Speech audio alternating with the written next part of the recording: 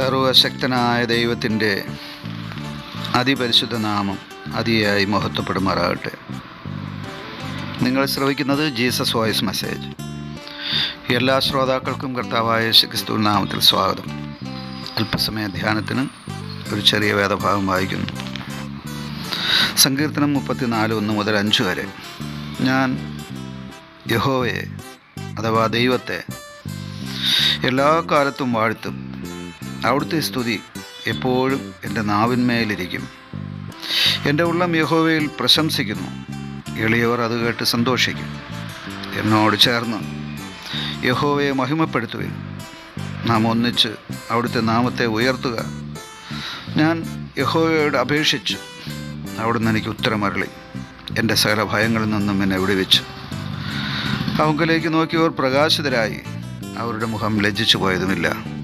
കർത്താവിൽ പ്രിയരെ, നാം വായിച്ചു കേട്ട 34-ാം സങ്കീർത്തനം 1 മുതൽ 5 വരെയുള്ള വേദഭാഗങ്ങൾ നമുക്ക് വളരെ സന്തോഷവും സമാധാനവും ആശ്വാസവും നൽകുന്നതാണ്. കാരണം ഒരു ദൈവഭക്തൻ തൻ്റെ പ്രാണനെ മരണത്തിൽ നിന്നും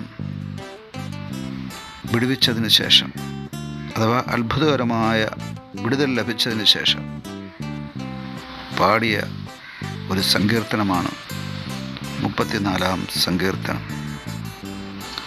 ദാവീദ് എന്ന ഈ ഭക്തൻ അബീമേലെക്കിൻ്റെ മുമ്പിൽ വെച്ച് ബുദ്ധിഭ്രമം നടിക്കുകയും അവിടെ നിന്ന് അവനെ ആ ദേശത്തിലെ രാജാവ് ആട്ടിക്കളയുകയും ചെയ്തു. അങ്ങനെയാണ് ദാവീദിന് പ്രാണരക്ഷ ലഭിച്ചത്. ഈ ദാവീദ് എന്ന ഭക്തൻ തൻ്റെ ശത്രുവായ അബീമേലെക്കിൻ്റെ മുമ്പിലാണ് ഓടിപ്പോയി എത്തിപ്പെട്ടത്, അഥവാ കുടുങ്ങിയത് എന്നറിഞ്ഞ ദാവീദ് അവിടെ നിന്ന് രക്ഷപ്പെടുവാൻ ഒരു ഭ്രാന്തനെ പോലെ ബുദ്ധിഭ്രമം നടിച്ചു എന്നാണ് ചരിത്രം വെളിപ്പെടുത്തുന്നത്. അങ്ങനെ ഒരു ഭ്രാന്തനെ പോലെ ബുദ്ധിഭ്രമം നടിച്ചതിൻ്റെ ഫലമായി അബീമേലെക്ക് എന്ന രാജാവ് നോക്കുമ്പോൾ ദാവീദിനെ തിരിച്ചറിയുന്നില്ല. ആരാണ് എൻ്റെ മുമ്പിൽ ഈ ഭ്രാന്തനെ കൊണ്ടുവന്നത്? ഇവനെ ഇവിടെ നിന്ന് കൊണ്ടുപോകാ എന്ന് അബീമേലെക്ക് എന്ന രാജാവ് ആജ്ഞാപിക്കുകയാണ്. അങ്ങനെ ദാവീദിൻ്റെ പ്രാണൻ അവിടെ നിന്ന് അത്യത്ഭുതകരമായി രക്ഷ പ്രാപിക്കുന്നു. ശേഷം ദാവീദ് എഴുതിയ സങ്കീർത്തനമാണ് 34-ാം സങ്കീർത്തനം. അദ്ദേഹം പറയുന്നു, ഞാൻ ദൈവത്തെ എല്ലാ കാലത്തും വാഴ്ത്തും, സ്തുതിക്കും. ആ ദൈവത്തിൻ്റെ സ്തുതി അഥവാ ആരാധന എല്ലായ്പ്പോഴും എൻ്റെ നാവിന്മേലുണ്ടായിരിക്കും. തുടർന്ന് അദ്ദേഹം ഈ സങ്കീർത്തനം വായിക്കുന്ന ഭക്തന്മാരോട് പറയുന്നത്, എന്നോട് ചേർന്ന് യഹോവയെ മഹിമപ്പെടുത്തുവിൻ, ദൈവത്തെ മഹത്വപ്പെടുത്തുവിൻ, ദൈവത്തെ ആരാധിക്കുവിൻ. നാം ഒന്നിച്ച് അവിടുത്തെ നാമത്തെ ഉയർത്തുക.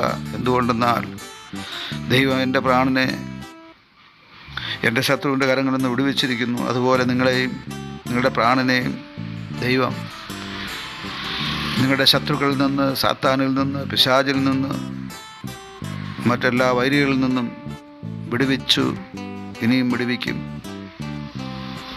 34-ാം സങ്കീർത്തനം 4-ാം വാക്യത്തിൽ ദാവീദ് പറയുന്നു, ഞാൻ ദൈവത്തോട് അപേക്ഷിച്ചു, അവിടുന്ന് എനിക്ക് ഉത്തരമരുളി.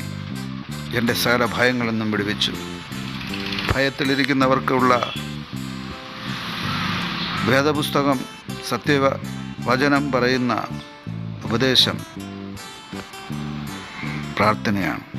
ദാവീദ് തൻ്റെ ഭയങ്ങളിൽ നിന്ന് വിടുതൽ പ്രാപിച്ചത് പ്രാർത്ഥനയിലൂടെയാണ്. അദ്ദേഹം പറയുന്നു, ഞാൻ ദൈവത്തോട് അപേക്ഷിച്ചു, അവിടുന്ന് എനിക്ക് ഉത്തരമരുളി. എൻ്റെ സകല ഭയങ്ങളിൽ നിന്നും എന്നെ വിടുവിച്ചു. എനിക്ക് പ്രാണഭയമുണ്ടായിരുന്നു, എനിക്ക് എൻ്റെ ശത്രുക്കളെ ഭയമായിരുന്നു. ഞാൻ ജീവരക്ഷയ്ക്കായി ദൈവത്തോട് അപേക്ഷിച്ചു. അവിടുന്ന് എനിക്ക് ഉത്തരമരുളി.